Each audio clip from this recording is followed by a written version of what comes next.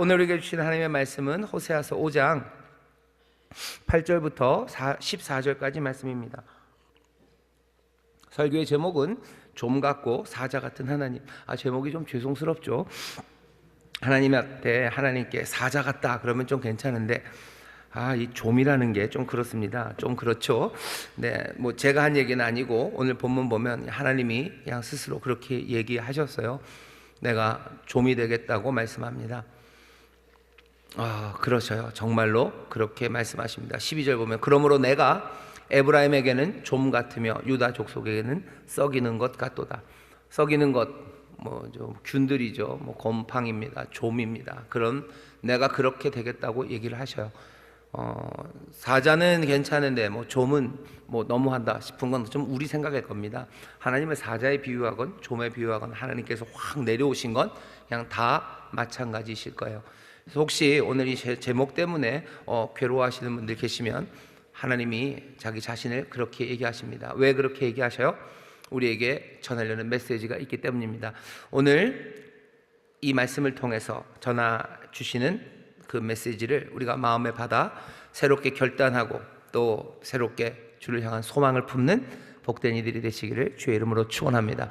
지난주에 이스라엘 그리고 유다 마찬가지입니다. 왜 하나님 앞에 그렇게 징벌을 받아야 되는지, 하나님이 왜 그렇게 섭섭해하시고 깊은 실망을 하셨는지 5장 1절부터 7절까지를 읽었는데요. 그때 배경이 됐던 건 어쩌면 큰 제사입니다. 명절 같은 제사예요. 사람들이 소떼를 끌고 양떼를 끌고 하나님 앞에 나오는 시간입니다. 제사장이 나오고 처음 보면 왕족들이 나오고요, 이스라엘 족속들이 나와요. 그러니까 제사장들, 왕족들, 이스라엘 온 백성들, 하나님이 복을 주셔서 좀 부유하게 됐죠. 그 부유함 가운데 소떼를 이끌고 양떼를 이끌고 하나님 앞에 나옵니다. 근데 하나님이 그거 좋아하지 않으셨어요. 왜 그랬냐면 그들의 얼굴에 교만이 있습니다. 5절 보시면 이스라엘의 교만이 그 얼굴에 증거가 되나니 그 죄악을 인하여 이스라엘과 에브라임이 넘어지고 유다도 저희와 한 가지로 넘어지리라. 저들이 소떼를 끌고 하나님 만나러 오지만 교만한 얼굴로 옵니다. 와도 하나님 만나지 못합니다. 왜? 하나님이 이미 다 떠나셨기 때문입니다. 다 하나님은 떠나셨어요. 하나님 계시지 않는 그곳에 옵니다. 왜 이 사람들은 그렇게 합니까? 알지 못했기 때문이에요. 에브라임은 내가 알아요. 하지만 저 사람들은 여호와를 알지 못해요. 나를 몰라요. 안다는 게 호세아서에서 계속 얘기하죠. 안다는 건 그냥 정보만 아는 건 아닙니다. 하나님은 에브라임을 아셔요. 하나님은 이스라엘을 아셔요.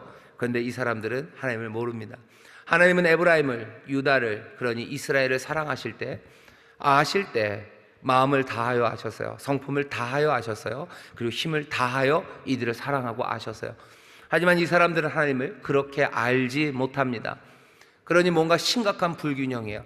하나님이 참으시고 돌아오기를 기다리시는 거죠. 이 사랑을 너희도 받아서 내가 너희를 사랑하듯이 너희도 나를 사랑하기를 하나님은 원하시는 거예요. 그러니 신명기 때부터 그랬죠. 마음을 다하고 성품을 다하고 힘을 다해서 네 하나님 여호와를 사랑해라. 사랑해라. 왜 그렇게 얘기하시는 거예요? 하나님이 그렇게 사랑하시기 때문입니다. 하나님은 이스라엘을 한 개도 사랑하지 않으면서 넌 날 사랑하라고, 마음을 다하라고, 성품을 다하라고, 이게 어디 감히. 하나님은 그런 하나님이 아니십니다. 신명기 나오기 전에 하나님 여호와께서 모세에게 자기의 이름을 알려주셔요. 자기의 이름을 알려주시는데 나는 여호와 스스로 있는 자래요. 영어로 하면 I am that I am입니다. I am who I am. 그냥 나는 나다 이렇게 돼 있어요. 나는 나다라는 게 도대체 무슨 말입니까? 무슨 아주 광후하게 세상 모든 것 아무것도 필요 없고 그냥 나는 나다, 스스로 있는 자다. 번역이 그렇게 돼 있는데요, 분명히 그런 의미가 있습니다. 하나님은 어디에도 자기의 존재를 의존하지 않으셔요. 누구의 기대서 있는 것 아닙니다. 하나님이 그냥 스스로 있는 분이시죠. 하지만 I am that I am 이라는 말이 뜻하는 바는요, 어쩌면 신실함입니다.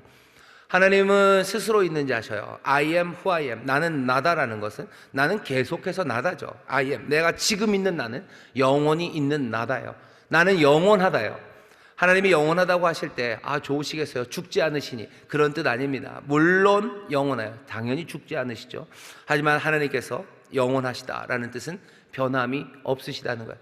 변함이 없다는 건 신실하다는 뜻입니다. 하나님이 성실하다는 뜻이에요.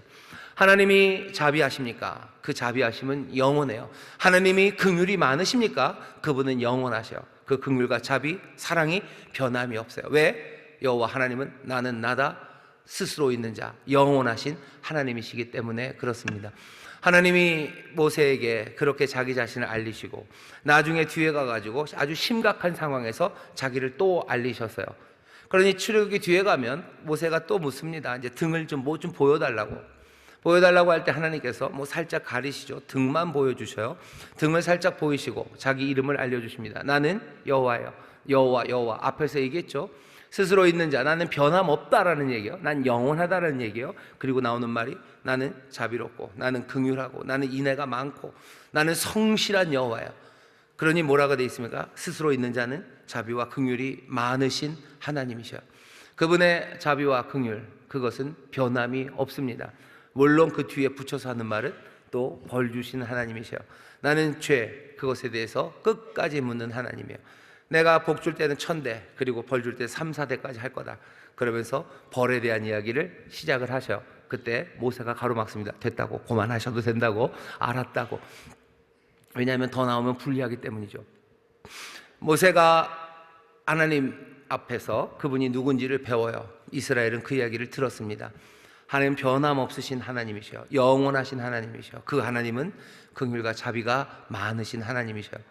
풍성한, 아니 한이 없는 긍휼과 자비하심이 변하지 않으셔. 우리를 향한 긍휼과 자비가 한이 없으셔요. 우리를 향한 긍휼과 자비가 흘러 넘치시는 분이셔요. 그러니 여호와 하나님은 이스라엘을 사랑합니다. 그 긍휼과 자비로 사랑합니다. 그러면서도 놀랍게 요구하시는 거예요. 너 나를 사랑하래요. 사실은 그렇게 얘기할 필요 없습니다. 내가 너를 그렇게 사랑한다, 그러니 너도 나를 사랑해라, 꼭 그럴 필요 없죠. 근데도 하나님은 이 사랑을 원하셔. 이스라엘 하나님은 에브라임을 아십니다. 하지만 에브라임은 여호와를 알지 못합니다. 그렇게 알지 못합니다. 그러니 문제가 생기는 겁니다. 그런 문제가 어디서 드러나요? 제사에서 드러나요. 예배에서 드러납니다. 예배하며 나오는 그 시간이 정말로 하나님을 향한 그 사랑으로 오는 건지, 내 모든 것들이 주께 달렸다라고 믿으며 나오는 건지, 그게 아니라 내 삶의 10%는 주께 달렸고 나머지는 딴 데 달린 것처럼 나온다면 하나님 앞에 나오는 그 얼굴은 교만한 얼굴이에요. 하나님은 오히려 인생이 되시고 오히려 이 땅에 거하시며 자기 스스로를 겸손하게 그만큼 낮추셨어요.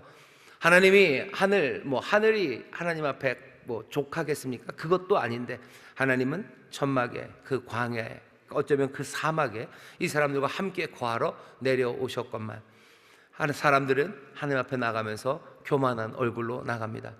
다른 건 믿는 바가 있다는 거죠. 여기 이건 별것 아닌 것처럼 나와요. 하나님 만날 수 있을까? 하나님 얘기하셔. 아니, 소떼와 양떼를 몰고 와도 나를 만날 수 없을 거라고. 교만한 너희의 얼굴, 그것이 모든 것을 다 말한다고 얘기하십니다.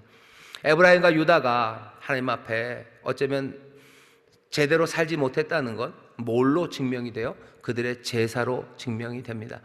아예 오지 않았으면 숨겨질 수도 있었을지 몰라요. 하지만 제사하며 나온 그 사람들의 얼굴에 교만이 있으니 이건 그냥 스스로 자기들의 죄를 드러내는 겁니다. 우리도 마찬가지일 겁니다. 하나님 앞에 나와 예배하는 이 예배가 정말로 하나님의 은혜를 누릴 수 있는 가장 복된 시간이에요. 하지만 우리의 얼굴에 교만함이 있다면, 하나님 말고 다른 것 의지하면서 여기 왔다면, 내가 하나님 말고 다른 것 더 많이 사랑하면서 여기 왔다면 어쩌면 여러분들 큰 실수하신 거예요. 그냥 내가 얼마나 나쁜 인간인지를, 내가 얼마나 하나님 앞에 음란한 인간인지를 하나님 앞에 그대로 보이고, 내가 얼마나 교만한 사람인지를 하나님 앞에 보이는 겁니다. 우리가 몽땅 다 깨어진 마음으로 주를 향한 충성된 사랑으로 주님만이 우리의 모든 것이라는 고백으로 주 앞에 나와서 예배하시고 또 주 앞에 나와서 기도하시고 찬송하시는 우리 모두가 되기를 주의 이름으로 축원합니다. 그 시간은 만약에 우리가 그렇게 예배드리기 시작한다면 그때는 하늘 문이 열리는 시간이에요. 놀라우신 하나님의 영광과 사랑이 우리 가운데 가득한 시간이에요. 사랑이, 은혜가 오고 가는 시간입니다. 오늘 수요 일부 이 예배 시간이 정말로 교만한 얼굴 아니라 주의 얼굴을 간절히 바라는 사람들, 가장 겸손함으로 주님만을 찾는 이들, 어떤 교만도 남지 않고 주님만을 의지하는 이들이 드리는 복된 예배인 줄 믿습니다. 그러면 하나님 어디 가실 리가 없어요. 우리를 만나시는 줄 믿습니다. 절대 넘어지지 않습니다. 주께서 일으켜 세우시는 줄 믿습니다. 하나님께서 우리에게 좋은 것으로, 하늘에 신령한 것으로, 땅에 기름진 것들로 채워주시는 줄 믿습니다. 예배가 그렇게 되기를 바랍니다. 우리 인천수목의 예배가 그렇게 되기를 바라요. 예배하는 이 시간이 그래서 사모하는 시간이 되고요, 예배하는 이 시간이 정말 하늘 문이 열려서 하늘을 보는 시간이 되고, 이 땅에 없는, 이 땅에서 찾을 수 없는 그 은혜, 그 기쁨을 맛보는 복된 시간이 될 줄 믿습니다. 자, 이건 지난주에 그랬어요. 오늘은 맥락이 어디냐면요, 약간 느낌이 좀 무시무시합니다. 전쟁입니다. 오늘은 전쟁의 상황이에요. 전쟁에서도 사람들이 전쟁을 합니다. 왕족들이, 제사장들이, 이스라엘 족속들이 전쟁을 하죠. 전쟁을 한다는 건 굉장히 큰 일입니다. 왜냐하면 전쟁에서 얻으려 하는 게 굉장히 커요. 많은 것들을 얻으려고 하는 거고요, 전쟁을 통해서 뭔가를 확 뒤집어 버리고 싶어 하는 거고요. 그래서 전쟁에는 온 마음이 다 들어갑니다. 그 기술 발전이라는 것들이 어떻게 생기냐면요, 획기적인 기술의 발전은 다 전쟁과 함께 생깁니다. 사람들이 평화로울 때는요, 그렇게 급하지 않아요. 급하지도 않고 어떻게 그렇게 머리를 쥐어짜내지 않죠. 하지만 전쟁 때가 되면요, 얘기가 달라져요. 사람들의 모든 자원들 그냥 몽땅 다 쏟아 넣어가지고요, 기술 발전이 아주 획기적으로 일어나는 게 전쟁 때예요. 핵폭탄 만드는 거, 아마 2차 세계대전 없었으면요, 핵폭탄 이런 거 만들려고 생각도 안 했을 거예요. 아마 지금까지도 없었을 겁니다. 하지만 2차 세계대전이라는 그 큰 전쟁, 그 전쟁의 상황에서 사람들이 그냥 완전 초집중인 거죠. 그냥 온 머리를 다 쥐어 짜내는 거죠. 그러면서 그것들을 만들어냅니다. 핵무기가 그래요.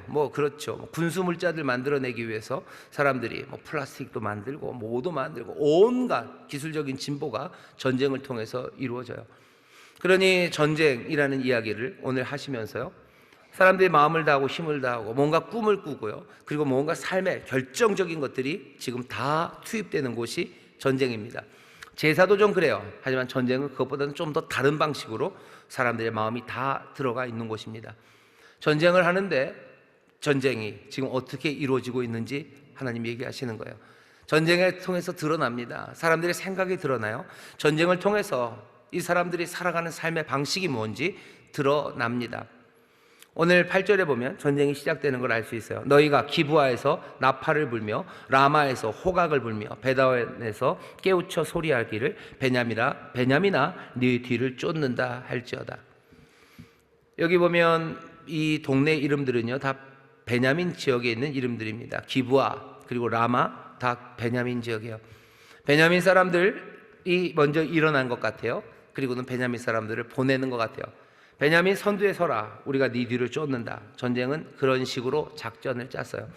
베냐민이 나갈 겁니다. 이 전쟁은 누가 한 전쟁입니까? 9절 보면 견책하는 날에 에브라임이 황무할 것이라 내가 이스라엘 지파 중에 필연 있을 일을 보였노라. 에브라임이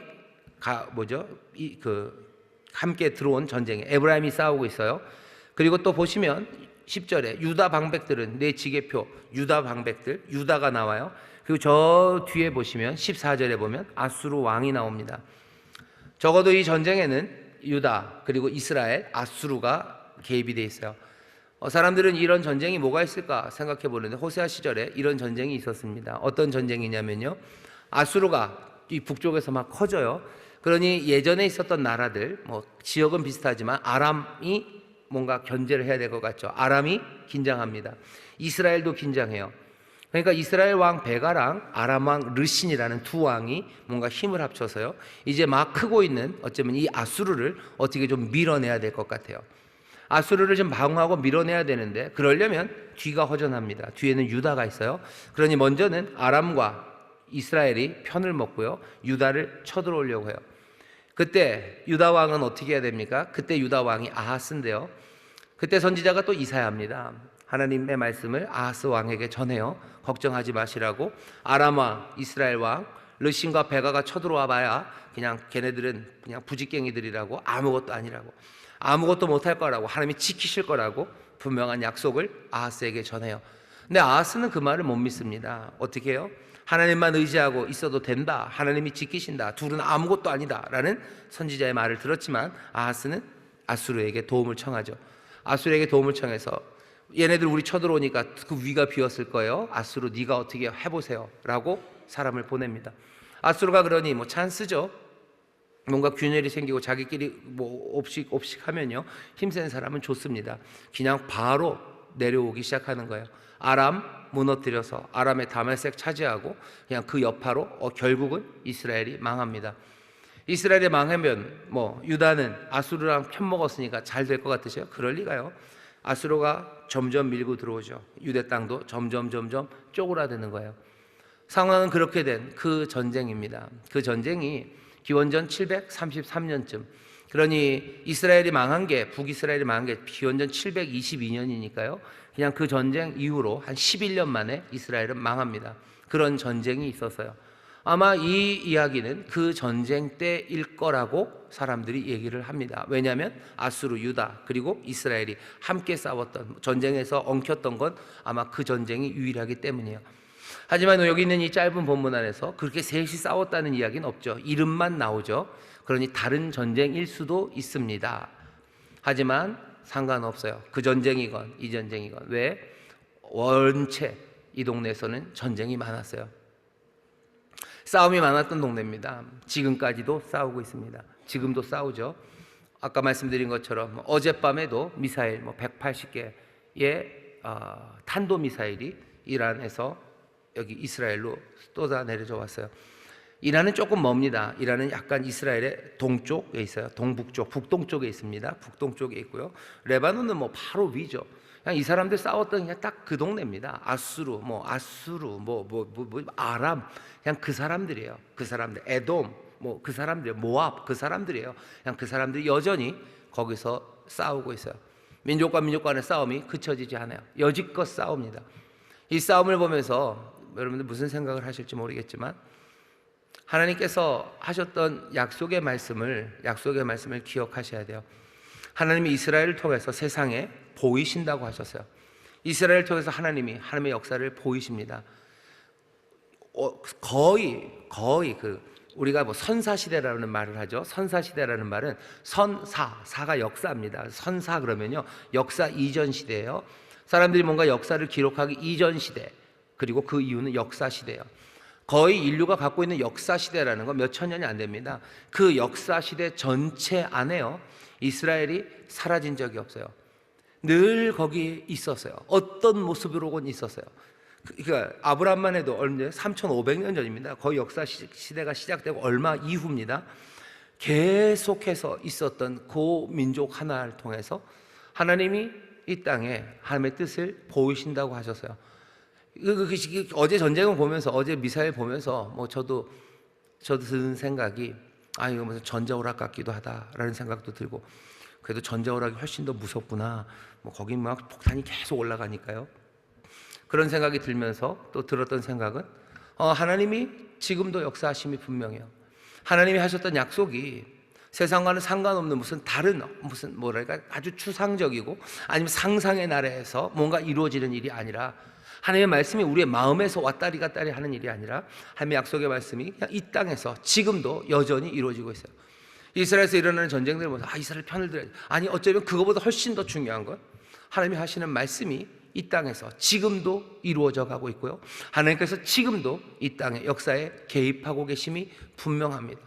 오늘 여기 있는 이 말씀, 전쟁의 이야기들을 우리로 보게 하셔요. 전쟁의 이야기요. 그 전쟁 가운데 하나님이 안 계신 게 아닙니다. 지금 일어나는 그 전쟁 가운데도 하나님이 분명히 함께 하시고요. 그것을 통해서 하나님은 계속해서 메시지를 전하셔요. 이스라엘이라는 민족을 하나님이 그렇게 부르셨어요. 3,500년간 사람들이 상상할 수 없는 방식으로 하나님은 계속해서 그 민족을 통해서 우리에게 메시지를 보내셔요. 제일 중요한 건 뭐예요? 누가 하나님인지에 대해서 보이시는 거예요. 하나님이 누구신지, 하나님이 얼마나 신실하신지, 하나님이 얼마나 의로우시고 또 하나님은 자비로우신지, 하나님을 계속해서 보이는 역사가 우리에게 전해져 내려오는 겁니다. 오늘 이 전쟁은 이상한 방식, 어쩌면 마이너스의 방식으로 하나님을 보이셔요. 에브라임 북왕국이 전쟁을 시작했습니다. 앞선 사람들은 누구예요? 이 사람 베냐민을 앞세워서 전쟁을 시작했어요. 하나님이 이 전쟁에 대해서 뭐라고 하십니까? 내가 이스라엘 지파 중에 필연이 있을 일을 보였노라. 에브라임이 황무할 것이다. 에브라임은 망할 거예요. 에브라임이 이 전쟁으로 망할 거예요. 필연 있을 일을 보였노라. 반드시 그렇게 될 거랍니다. 왜 반드시 되죠? 하나님이 뭔가 앞에 일을 보셨기 때문이요. 그것만 아닙니다. 반드시 이 일이 된다는 건요, 하나님의 결심이에요. 하나님이 이 일에 대해서 아주 확실하게, 견고하게 이 일을 이루시겠다는 겁니다. 앞날에 이런 일이 있을 거다라는 게 선견자라고 그러죠. 선견자, 뭐 앞일을 보는 거예요. 앞일이 있습니까? 없어요. 근데도 본다고 얘기해요. 어떤 사람들은 그렇게 설명하기도 하죠. 선견자는 뭔가 미래가 저기 있고요, 벌써 보았다고 말해요. 그것도 하나의 말하는 방식입니다. 하지만 우리가 말할 때 우리가 아는 바에 의하면 여기 선지자들이 말하는 저 미래는 반드시 저렇게 된다고 하는 것은 대부분이 하나님의 의지입니다. 하나님이 그 일을 이루어 가실 거예요. 하나님께서 그 일을 성실하게 이루실 거예요. 뭘 이루시겠답니까? 필연 에브라임을 황무케 하시겠대요. 에브라임이 망하는 거 하나님이 반드시 망하게 하시겠답니다.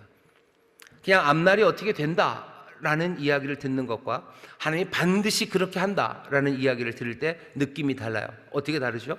앞날이 반드시 그렇게 된다, 하나님이 반드시 그렇게 한다, 결과는 똑같을 겁니다. 하지만 반드시 그렇게 된다라는 말을 듣고 나면 사람들은 그냥 다 끝난 느낌이죠.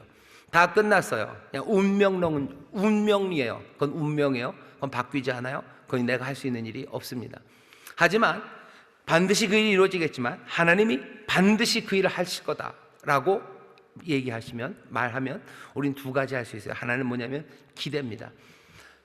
하나님이 그 일을 행하실 것들을 기대하게 돼요. 또 그 일이 정말로 우리에게 진노가 되고, 우리를 향한 하나님의 진노가 되고 우리 아픔이 된다면 끝까지 하나님 앞에 매달리게 되는 거죠. 기대하고 기도하고 매달리고 하나님의 긍휼을 구하며 그 길을 걸어가는 거예요.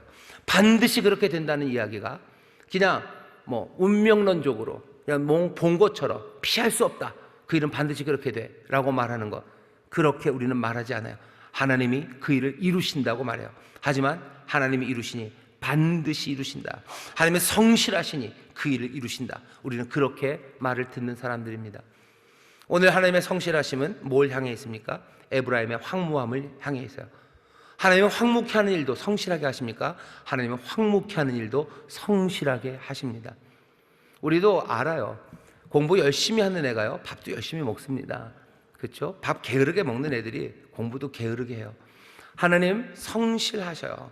하나님 하신 말씀에 하나님은 성실하셔요. 거기에 진실하셔요. 하나님이 복 주신다고 말씀하시면 그 일을 성실하게 이루시는 것처럼 하나님이 너를 황무케 한다 하실 때 하나님은 그 일을 성실하게 해가십니다. 하나님은 그런 하나님이셔요. 오늘 호세아를 통해서 보여주시는 거예요. 호세아서를 통해서 하나님은 우리를 사랑하십니다. 하나님의 우리를 향한 사랑이 영원하고 그리고 그 사랑이 변함이 없습니다. 하지만 하나님께서 그 사랑, 그 성실하심을 정말로 아는 그들이 자기를 모르기 시작하고 기다려도 그 사랑이 돌아오지 않을 때 하나님은 어쩔 수 없으셔요. 황무케 하십니다. 황무케 하십니다. 그리고 그 일을 반드시 이루신대요. 이스라엘은 그런 견고함과 신실함이 없어요. 하지만 하나님은 참되시고 신실하십니다. 하나님께서 일하시는 그 모든 일에 하나님의 성실하심을 기억하십시오. 베냐민을 앞세워 전쟁하러 나가지만 하나님을 알지 못하는, 하나님을 제대로 알지 못하는 그런 이들, 하나님의 한결같으심, 하나님의 참되심 앞에서 황무하게 됩니다. 10절 보시면 유다가 잘못한 게 나와요. 유다의 방법들은 지게표를 옮기는 자 같으니 내가 나의 진노를 저희에게 물같이 부으리라. 어쩌면 이 전쟁이 아까 말씀드렸던 그 전쟁이라면 유다는 어떻게 하는 거예요? 지게표를 옮기려고 하는 거예요. 여기 이스라엘을 밀고 들어가고 싶은 거죠. 그래서 밀고 들어갑니다. 경계가 있어요. 족속마다, 자기 지파마다 경계가 있는데 그 경계를 말하는 지게표, 땅을 표시하는 그 표를 옮기려고 하는 겁니다. 지게표가 뭔지 여러분들은 아실 거예요. 하나님이 이스라엘 백성에게 가나안 땅을 주면서요, 지파별로 땅을 나눠주셨어요. 그 지파는 그 땅에서 사는 겁니다. 그 지파 안에서도 그 가족들이 있죠. 조그만 부족들, 그 조그만 부족들에게 땅을 정해 주셨어요. 땅을 다 정해 주셨어요. 땅을 정해 주셨어요. 누구는 좋은 땅이 있었을 겁니다. 누구는 좀 나쁜 땅이 있었겠죠. 하지만 그 땅을 정해 주셨어요. 할 수 있는 대로 뭐 최대한 공평하게 그리고 자비롭게 땅을 나눠야 되겠죠. 하지만 땅을 나누는 일이 만만치는 않았어도 그 땅이 나누어진 후에는 그 땅에서 살아가라고 하셔요. 하나님의 이 말씀에 이거 굉장히 우리가 조금 억울할 수 있어요. 왜 우리를 비옥한 땅, 우리 집안은 비옥한 땅을 주지 왜 이렇게 황량한 땅을 주셨습니까? 라고 말할 수 있죠. 하지만 어딘간 살아야 되는 것 아닙니까? 어딘가는 살아야 되겠죠. 그렇다고 그냥 다 펼쳐놓고 니들이 알아서 땅 따먹게 하고 살아라, 그렇게 살 수는 없는, 하나님이 생각하신, 하나님이 우리에게 주신 가장 선하다고 생각하시는 길은요, 하나님이 구분해 놓으신 거, 그 안에서 살아가게 하시는 거예요. 하나님은 어떻게 그렇게 얘기하실 수 있습니까? 하나님은 자신 있으셔요. 왜? 그 땅에서 내가 그 지파에게 준 땅이 서로 황량하고 그 땅이 다른 데보다 간조한 땅이어도 내가 준 그 말씀 따라 이들이 살아가기만 한다면 내 은혜와 내 생명의 능력이 이들과 함께하기에 안전하고 풍요롭게 살 수 있음을 하나님이 아시기 때문이에요. 분명히 살 수 있습니다. 사람들은 안 된다고 그러는, 사람들은 안 된다고. 내가 슬픈 일이지만 장애를 가진 아이를 임신한 엄마들이 있어요. 참 힘들죠. 그냥 모르고 나면 어떻게 그 뒤를 할 텐데, 뱃속에 있을 때 꼭 검사를 합니다. 양수 검사를 하면서 알 수 있는 게 몇 가지 있어요. 유전적인 질병들, 뭐 다운이나 다운 증후군 몇 가지 있죠. 그리고서 엄마한테 꼭 얘기를 합니다. 이런데 어떻게 하겠냐요? 어떻게 하겠냐고 의사가 물을 때는 사실은 왜 묻는 거예요? 그냥 뛰라고 얘기를 하는 거예요. 엄마들은 고민 많습니다. 고민 많아요. 우리 교회에도 배 안에 아이가 다운 증후군이 그거 확률이 아직 태어나지 않았어요. 확인은 안 된 거죠. 이게 몇 프로고 그렇다는 이야기를 들은 엄마들이 있으셔요. 아마 목사님들한테 와서 그 얘기를 할 때는 기도해 달라고 기도하면서 낳겠다는 마음이 있으니까 와서 달라고 하셨겠죠. 사람들은 뭐라고 얘기하는 거예요? 너 그 아이를 낳고는 네 삶을 제대로 살 수 없을 거라고 말합니다. 그게 세상이 말하는 방식이야. 지계표가 있죠. 그 경계 안에서 너 살 수 없어요. 하나님이 이만큼은 주셨는데 그 땅에서 너 살 수 없다는 거예요. 그러니 지계표를 옮기고 싶은 거죠. 지계표를 옮기고 싶은 거예요. 그러니 하나님이 주신 아이인데도 그냥 슬프죠. 눈물을 머금고 그냥 그렇게 아이를 떼는 엄마들을 봤어요. 물론 하나님이 은혜를 많이 베푸셔서요, 다운 증후군이 있을 거예요 라고 했는데, 태어났는데 보니까 괜찮은 아이도 봤어요. 하나님 앞에 감사할 일이죠. 하지만 또 태어났는데 그냥 그대로 다운 증후군, 정신적으로 여러 가지로 지체가 있습니다. 어떡합니까? 어떤 사람들은 뱃속에서 더 슬프고 가슴 아픈 건 태어난 다음에 확인되고 이렇게 저렇게 그냥 아이를 방치해서 죽이는 일들도 있어요. 지계표를 옮기는 일들이, 성경이 말하는 이 지계표를 옮기는 게 꼭 아주 탐욕스러운 인간이, 아주 표독한 인간이 그냥 아득바득 남의 걸 다 빼앗기 위해서 지계표를 옮기는 것만 있는 건 아닙니다. 지계표를 옮긴다는 건 뭐예요? 내 삶에 하나님이 주신 것, 그것 갖고 안 된다는 이야기예요. 그것 갖고는 안 돼서 정말 탐욕으로 그것을 그 지계표를 옮기는 사람도 있고요. 어떤 사람들은 또 그것이 너무 힘들어서 지계표를 옮기려고 하는 그런 사람도 있어요. 하나님께서 이 전자와 후자에 대해서 대하는 게 아마 다르실 거라고, 다르면 좋겠다고 저는 생각합니다만은 그래도 달라진 건 없어요. 지계표를 옮기는 건 마찬가지입니다. 지계표, 하나님이 구분하신 거, 그건 무슨 뜻입니까? 이 모든 것들은 다 하나님의 것이라는 뜻이에요. 가나안 땅, 몽땅 다 하나님의 것입니다. 하나님의 것을 구분해서 우리에게 주셨어요. 그 얘기는 내가 받은 것이 많아도 하나님의 것이요, 내가 가진 게 적어도 이건 하나님의 것이요. 뭐가 됐든 내게 주신 그 모든 것들은 다 하나님의 것입니다. 그리고 하나님이 거기에 구분을 해 놓으셨어요. 사람들이 이걸 참 받아들이기 어려워합니다. 참 받아들이기 어려워요. 그러니 계속해서 몇 주 전에 설교했지만 경계를 넘으려고 하는 거예요. 경계를 넘어야 될 것 같은 거죠. 왜? 하나님이 주신 것 안에서 내가 만족하며 이것 안에서 내가 복되게 살 수 없을 것만 같기 때문이에요. 욕심 때문에도 그렇고 내가 가진 게 너무 작고 연약해서이기도 합니다. 그러니 그것들을 자꾸 넘어가려고 하죠. 하나님 뭐라 그러셔요? 지게표 옮기지 말랍니다. 지게표 옮기지 말아라. 특별히 잠언 15장 아니면 잠언 23장 같은 경우에는 가난하고 외로운 사람들, 과부 생각하고 지게표 옮기지 말래요. 과부만 남았습니다. 그럼 지게표 옮기기 쉬워요. 그죠? 그 지게표 옮긴다고 그 선 이거 지우고 좀 더 넓게 근다고 과부가 와서 뭐 따지겠습니까? 못 따질 것 같으니까 그냥 밀고 들어가는 거예요. 약한 사람들 쪽으로 자꾸 밀고 들어가는 거예요. 외로운 사람들, 힘없는 사람들 쪽으로 자꾸 밀고 들어가는 거죠. 그러면서 지게표를 넓히는 거, 지나친 욕심, 그렇게 지게표를 옮기는 거 안 됩니다. 지게표를 옮기는 사람들 하나님께서 가만두지 않으신대요. 죽여라. 그냥 진짜로 죽이래요. 지게표를 옮기는 사람들은 죽어야 돼요. 우리를 살게 하는 땅, 넓은 땅이 아니어도 우리가 정말로 하나님의 은혜로 살아감을 기억하게 하시려고 하나님이 이렇게 강력한 명령을 주신 겁니다. 또 하나 기억하셔야 돼요. 지게표를 옮기지 말라고 한 것은 하나님 모든 사람에게 살아갈 은혜, 모든 사람에게 살아갈 땅, 그 땅이 필요함을 아시는 거예요. 사람에겐 땅이 필요합니다. 사람에겐 하나님이 우리에게 주신 삶의 공간들이 필요해요. 거기 안에서 내가 살 겁니다. 너무 두려워하지 마셔. 억울해하지 마셔. 하나님의 것이고 하나님이 그 안에서 얼마든지 풍성하게 살아가게 하셔요. 그러니 그래요? 그럼 뭔가 삶의 진취성 이런 건 어떻게 되는 겁니까? 뭔가를 얻기 위해서 수고하는 것, 그건 뭡니까? 거기에 지혜가 필요한 거죠. 내가 탐욕과 욕망으로, 그렇죠? 탐욕과 욕망으로 이렇게는 살 수 없어서 내가 나가는 겁니까? 하나님이 내게 주신 것 넘어서 그 지게표를 옮겨갑니까? 그것이면 안 돼요. 아니면 내가 하나님을 믿지 못해서 지게표를 옮기는 겁니까? 그건 안 돼요. 하나님에 대한 불신 아니면 내 삶의 욕심과 탐욕, 결국은 다 마찬가지죠. 내가 하나님으로 인하여 만족하지 못하기 때문에 하나님 말고 내가 다른 것을 구하려고 지게표를 옮긴다면 그건 하나님에 대한 배신이에요. 하나님에 대한 불신입니다.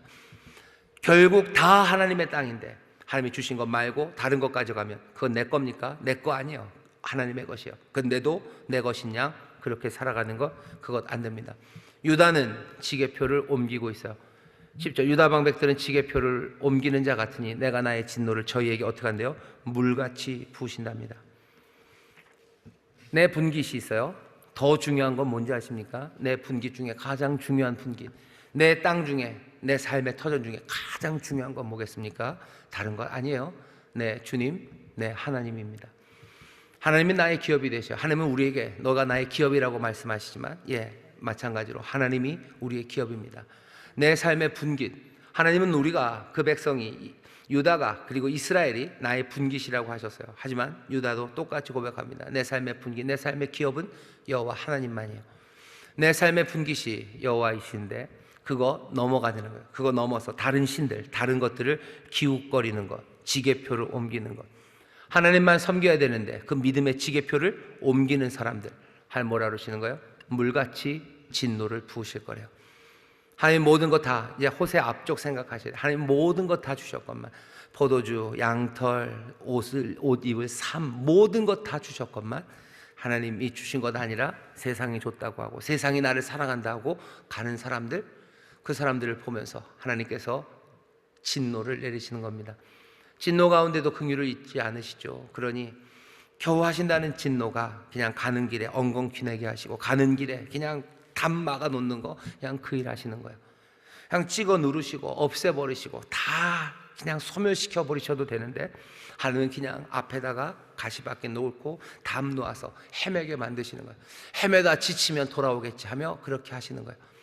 하나님께서 우리를 사랑하시는 건 분명합니다. 하지만 그 사랑은 물같이 진노를 부으시는 사랑이에요. 물같이 진노를 부으실 겁니다. 지게표를 옮기는 사람들, 이만큼으로 만족한다는데 그것 아니라 하나님 말고 다른 것 기웃기웃 두리번거리며 그 지게표를 옮기는 사람들이 많습니다. 우리의 삶에 너무 억울해하지 마셔요. 억울해하지 마셔요. 제 친구 중에 별명 하나가 율목동 어구리가 있었는데 그냥 다 억울하대요. 다 억울하대요. 억울하대요. 억울하고 내 이 지계표에 만족하지 못하는 사람들이 있습니다. 범사에 감사하라고 하시는데 범사에 불평하는 사람이 있어요. 범사가 몽땅이 다 불평이죠. 그런 건 있어요. 왜 하나님, 난 다리가 이렇게 짧을까요? 뭐 이런 거죠. 다리가 짧아도 만족하며 살 수 있습니다. 이것 때문에 지계표를 옮기려는 사람들이 있어요. 뭐 얘기 들어보니까 애 키 크는 수술도 있다고 그러고요. 그렇습니다. 키 크려고 운동하는 건 좋아요. 키 잘 크려고 밥 많이 먹는 건 좋습니다. 근데 내가 그래서 키가 크지 않아서 그 다음에 이상한 일을 하는 거, 그건 하나님이 기뻐하시는 일 아닙니다. 내 삶에 지계표들이 있어요. 내 삶에, 내 가정, 내게 주신 능력들, 내가 살아가는 삶의 그 자리들, 그 자리에서 감사하셔요. 그 자리에서 하나님이 이 안에서 풍성하게 하실 것을 여러분들 기대하셔요. 내 삶의 잎사귀가, 그리고 그죠? 내 삶의 열매가, 내 나무의 열매가 풍성하게 맺어지는 거지, 내 옆에 있는 다른 것에서 뭔가를 가져오고 내가 그리로 가는 건 아닙니다. 나무는 거기 심겨진 그곳에서, 나를 두신 그곳에서 얼마든지 하나님의 은혜로 잎사귀 풍성하고 풍부하고 많은 과실을 맺으며 살아갈 수 있습니다. 여러분들 집 나오지 마시고 집 나오지 마시고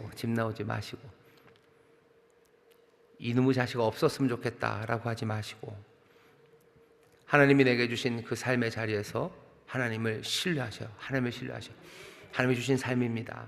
유다는 그걸 못했어요. 그걸 못하니 지계표를 옮기는 겁니다. 에브라임은 뭘 또 못합니까? 11절 보죠. 에브라임은 사람의 명령 쫓기를 좋아합니다. 사람의 명령이라고 되어 있는 건, 이건 좀 특별한 말입니다. 사람의 어떤 명령이요? 헛된 명령이요. 허망한 말들입니다. 에브라임은 사람의 허망한 말들을 쫓아다닙니다. 그러면 어떻게 돼요? 하나님이 찢으십니다.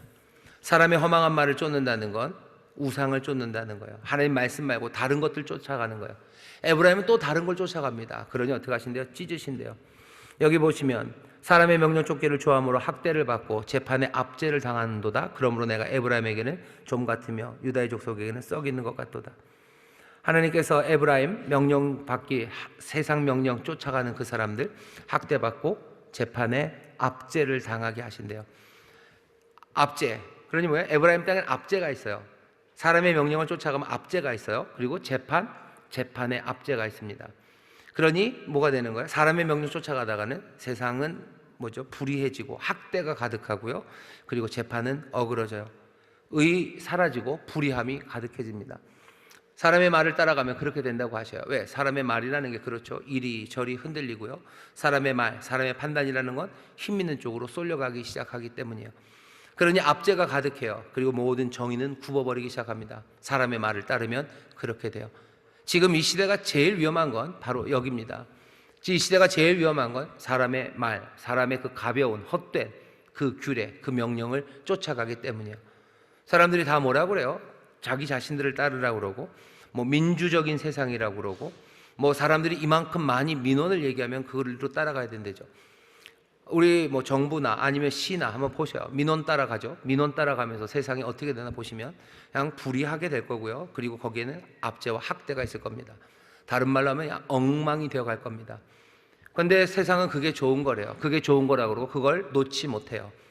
하나님이 말씀하신 의로운 것, 그리고 올바른 것, 참된 것, 그것에 사람들이 뭘 하건 그것 따르는 게 아니라 참된 길, 그리고 올바른 길, 그것 따라가야 되는데 지금은 그렇게 못합니다.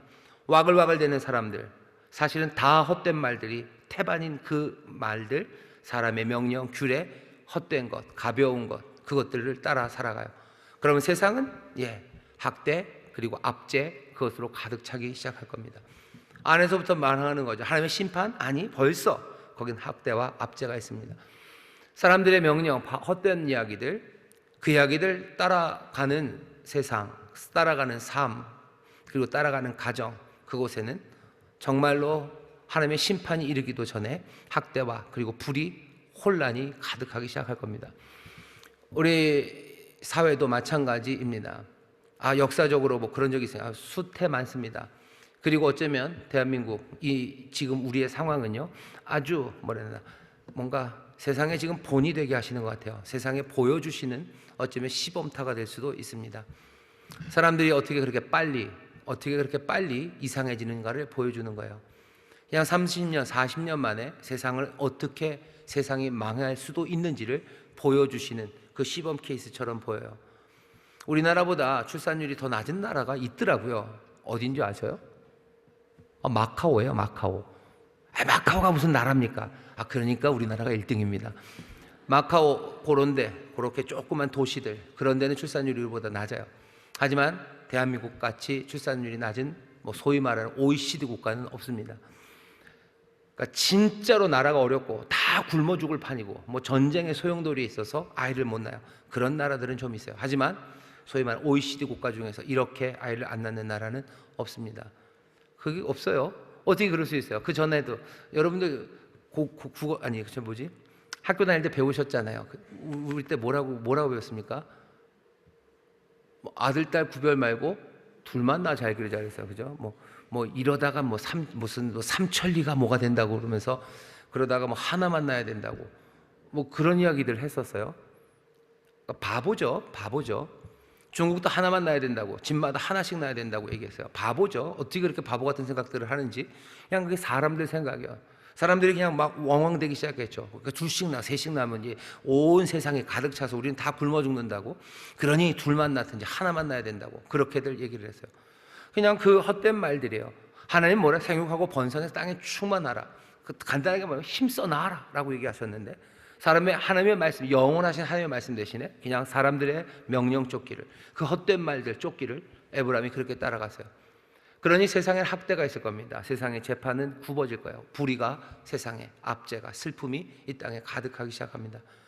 우리가 지금 따르는 것들을 보죠. 우리가 사람의 헛된 말들을 얼마나 따라가는지. 우하면 우하는 대로, 이하면 이하는 대로 그냥 그러고 따라가요. 우하면 우하고, 동하면 동하고, 그냥 뭐하면 뭐하고, 그러면서 이리저리 휩쓸려 갑니다. 그렇게 살아가는 세상들, 정신 바짝 차리. 사람의 명령, 사람의 규례, 에브라임이 그것 따라가면 세상은 압제, 세상은 학대와 그리고 재판의 압제가 있을 겁니다. 하나님이 하시는 말씀이에요. 오늘 우리에게 주시는 말씀입니다. 지계표를 옮기는 유다, 그리고 또 사람의 헛된 말을 따르는 이스라엘, 둘 다 그들에게 하나님은 좀이 되시고 사자가 되시겠대요. 좀이 된다는 건 뭐죠? 쓰러지는 거예요. 귀한 것들을 아무것도 아닌 것처럼 만들어 놓는 겁니다. 좀이 싫어요. 나는 그것들을 내가 좋은 거, 이게 내게 귀한 거라고 해놨죠. 하지만 어느 순간인가 그것들은 스르르 사라집니다. 하나님이 그 일을 하시겠대요. 어쩌다가 아니요, 반드시라는 뜻입니다. 내가 좀이 되겠다. 그러니 막을 수 없어요. 좀약으로 막을 수 없어요. 나프탈렌으로 막을 수 없어요. 하나님이 좀이 되신대요. 하나님이 쓰러지게 하시는데 누가 막습니까? 하나님 어떻게 하는데요? 찢으시겠대요. 사자가 찢어서 그거 들고 가는데 누가 막겠냐는 거예요. 못 막는다.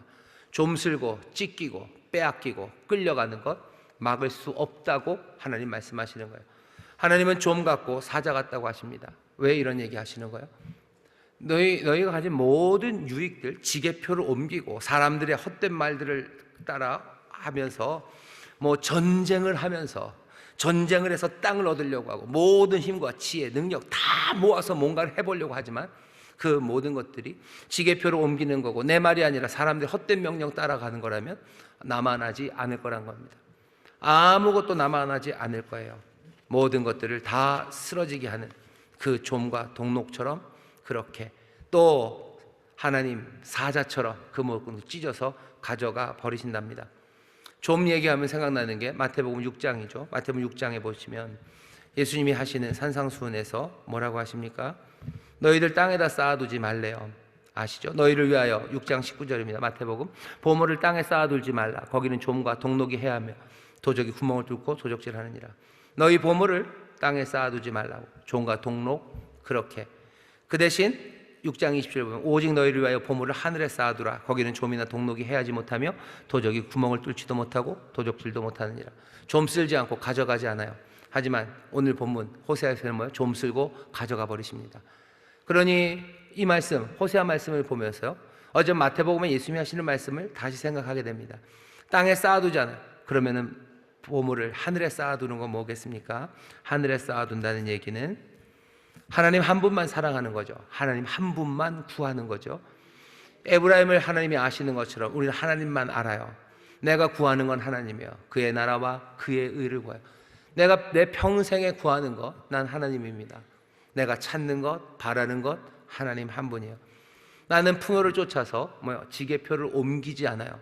나는 하나님 말고 다른 신 구하지 않아요. 다른 신들 기웃거리지 않아요. 내 이익을 위해서 나는 내 지게표를, 내 욕망을 위해서 내 지게표를 옮기지 않아요. 사람들의 말 들으면서 억압하고 착취하는 그런 일 하지 않아요. 나는 하늘에 보물을 쌓아두는 사람, 하나님만을 구하고 내 땅 안에서, 내 지게표 안에서 정말로 하나님의 말씀, 세상의 헛된 명령, 사람들의 명령이 아니라 하나님의 말씀대로 살아가는 사람입니다. 늘 그렇게 얘기하셨어요.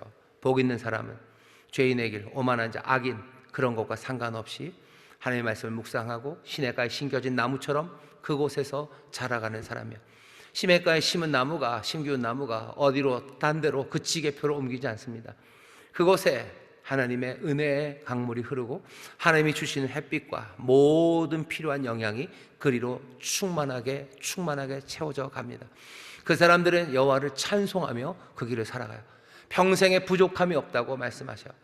여러분들 두려우십니까? 내가 하나님이 주신 나의 삶의 터전에서 내가 말씀대로 하나님만 구하며 살 때 내 삶이 여러분들 두려우십니까? 거기에 부족함이 있을 것 같으신가요? 그러면 내 인생이 뭐 이상해질 것 같으신가요? 사람들이 헛된 명령을 하는 사람들이 헛된 말로 우리에게 말하고 뭔가 다른 것들을 반짝반짝 보여주겠지만 그 모든 것들은 영원하지 않아요. 그 모든 것들은 하나님이 아닙니다. 하나님이 아닌 헛된 것들이에요. 오늘 하나님이 우리를 어떻게 사랑하는지, 사랑하시는 이가 우리에게 요구하시는 바가 뭔지 우리가 분명히 보게 됩니다. 우리의 귀한 보물들을, 내 삶의 이익들을 이 땅에 두지 마셔. 땅에 쌓아도 예수님 그러시냐. 거긴 종과 동로 그리고 도둑들이 다 가져갈 거예요. 하나님이 좀이 되시고 하나님이 뭐가 되시겠대요? 사자가 되시겠대요. 그냥 어쩌면 좀 안 쓸지도 몰라. 어쩌면 도둑이 안 가져갈지도 몰라. 어쩌면 내가 이렇게 만들어 놓고 내가 누릴 수 있을지도 몰라 하는 그 모든 생각들을 하나님이 그냥 몽땅 다 깨뜨려 버리시겠다는 거예요. 아니, 좀 쓴다요. 왜? 내가 좀이 되고 내가 사자가 돼서 가져가겠다 얘기하시는 거예요. 왜 그렇게 얘기하십니까? 그쪽으로는 보지도 못하게 하시려고 하는 거예요. 이거 해도 어쩌면 되지도 않을까? 이렇게 하다고 좀 행복하게 살 수 있지 않을까? 라는 모든 생각들을 다 꺾어버리시기 위해서 하나님은 내가 좀 같고 내가 사자같이 내가 가지고 가겠다. 누가 맡겠냐는 거야. 내가 좀인데 이 썩어지고 쓰러지는 걸 누가 맡겠냐. 우리에게 겁주시려는 겁니까? 아무리 조금은. 하지만 정말로 바라시는 바는 뭐겠습니까? 하나님 그 사랑 안에서 기웃거리지 말고 다른 것 기웃거리지 말고 하나님 말씀 안에서 정말로 하나님의 길 안에서 은혜 안에서 사랑 안에서 하나님 구하며 살라고. 그러면 이 모든 것을 더하신다는 하나님의 약속의 말씀이 우리 가운데 이루어지는 줄 믿습니다. 하나님은 우리에게 우리가 지게표를 옮기고 가는 길에 힘들고 어려우면 나를 위로하시는 분, 그런 분 아니에요. 내가 지게표를 옮기고 저기 갈 때 보면 부딪히는 것 많고 속상한 일 많겠죠. 그때마다 하나님 나를 위로해 주시고 그때마다 나를 평안하게 해주시고 물론 그 길로 가도 하나님이 나를 붙잡아 주실 거예요. 하지만 결국은 어디로? 이 땅으로 하나님 오게 하실 하나님이셔요. 내 삶의 길에서 하나님이 그냥 나를 위원하고 내가 가는 그 길, 내가 하는 모든 일에 하나님이 어떻게 그렇게 하시는 하나님 아닙니다. 하나님 정말로 하나님 우리의 인생에 엑스트라가 되고 싶지 않으셔요. 어려울 때 와서 위로하는 그것으로 만족하지 않으셔요. 하나님 우리를 자신에게로 끌어오게 하시는 겁니다. 주 앞으로 돌아오셔요. 사람들은 아수르로 가버렸죠. 그러니 다음 주에 하겠지만 하나님은 자기의 집으로 가십니다. 슬프죠. 사람들은 아수르로 가버렸어요. 그러니 하나님은 자기의 집으로 가십니다. 자기의 집으로 가셔서 문 걸어 잠그고 이젠 끝이다요? 아니요. 내게로 오라고. 여호와께로 가자. 여호와께 돌아가자. 상처 씻기실 거다. 치유하실 거다. 치료가 아수르에 있을 거라고, 우리의 삶을 고치는 게 아수르에 있을 거라고 에브라임은 아수르로 갔지만 아니요. 하나님은 여전히 자기에게로 오라고. 내가 싸매고 내가 고칠 거라고. 어쩌면 이 사랑은 여전히 우리를 기다리십니다. 여전히 우리를 기다리셔. 좀 같고 내가 사자 같다고 말하면서 우리의 허튼 짓을 꺾으시려는 하나님은 여전히 우리를 사랑하시고 기다리시는 하나님이셔요. 어서 돌아오시면 돼요. 어서 그 사랑 안으로 오면 됩니다. 손 들고 오시고, 내가 주의 말씀 안에서 내가 만족하며 삽니다. 내가 다른 신 기웃거리지 않는 것처럼 내 삶의 자리에서 사람들의 명령 아니라 이 지계표 안에서 유다처럼 살지 않겠습니다. 에브라임처럼 살지 않겠습니다. 내 이 지계표 안에서, 그리고 사람의 헛된 말, 헛된 명령 아니라 하나님의 생명의 말씀, 정말로 진리의 말씀, 참되고 의로운 그 나라를 구하며 내가 삽니다. 주여, 이 사랑을 받으시라고 여러분들 돌아오실 때 사랑의 아버지가 그 사랑하는 자들을 위하여 예비하신 그것들이 얼마나 놀랍고 아름답겠습니까? 이 귀한 것들을 하나하나 누리기 시작하며 점점 더 크고 아름다운 찬송과 감사로 주 앞에 나가게 되시기를 주의 이름으로 축원합니다. 기도하겠습니다. 하나님 감사합니다. 우리를 부르시는 주님의 음성입니다. 좀 같고 사자 같다 하시며 우리의 허튼 생각을 꺾으시려는 이 말씀을 우리가 이제 듣사오니 주여, 정말로 우리의 모든 삶이 주께로 나오게 하여 주옵시고, 주가 우리에게 주신 그 삶의 자리에서 사람의 명령 아니라 하나님의 말씀 따라 살아가는 모두가 되게 하여 주옵소서. 감사드리며 예수님 이름으로 기도하옵나이다. 아멘.